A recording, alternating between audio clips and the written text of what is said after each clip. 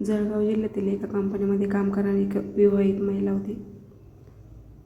तिला एक मुलगी होती आणि मुलीची तब्येत अचानक खराब होते. तर ती महिला सुट्टी घेण्यासाठी ते कंपनीच्या जो अधिकारी असतो त्याच्याकडे जाते.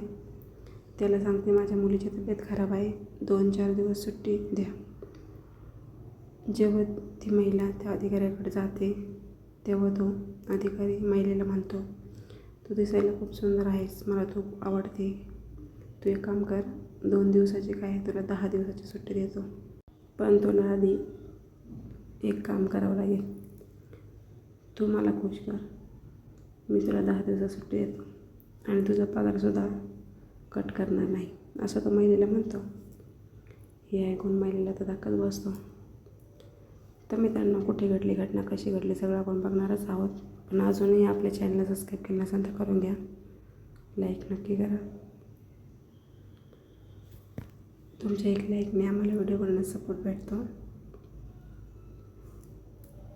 तर जळगाव जिल्ह्यातील बांबोरीमधल्या एका कंपनीमध्ये घडली घटना आहे. तर या ठिकाणी राहणारी महिला जी त्या कंपनीमध्ये काम करत होती, त्या ठिकाणी काम करत असताना तिला एक दिवस सुट्टी पाहिजे होती, कारण तिच्या मुलीची तब्येत अचानक खराब होते. तब्येत एवढी खराब होते की तिला वाटतं आता 2-3 दिवस सुट्टी घ्यावं, माझ्या मुलीकडे चांगलं लक्ष देता येईल.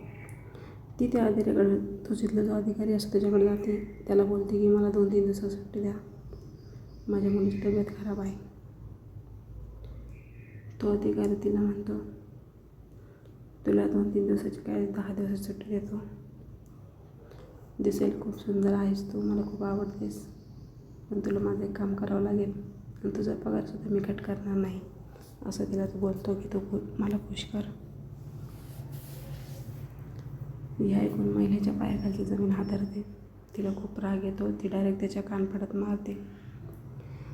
कानफडत मारल्यानंतर तो तिच्याशी बळजबरी करण्याचा प्रयत्न करतो, विनयभंग करतो तिचा. हा सगळा प्रकार तिच्यासोबत झाल्यानंतर याचं शूटिंग काढ. पण तो काय करतो, हे सगळं होत असताना तो जो असतो अधिकारी शूटिंग काढतो आणि तिला ब्लॅकमेल करतो.